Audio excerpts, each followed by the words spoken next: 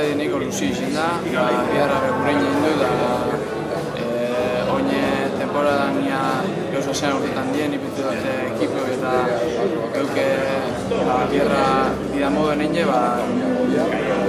espero du gauzak egon gaitu. Printzipio baten ikesti da garrantzitsuena, kategorizia banazia da, baina gauzak egon gaitu gu beti egozu ez, eta ia holan da.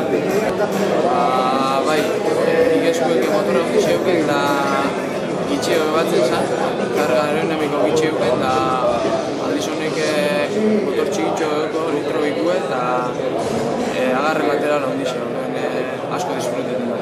Gaur aurkezten dugu berton ari zen proiektu berezi bat, da Igor Urienen proiektua.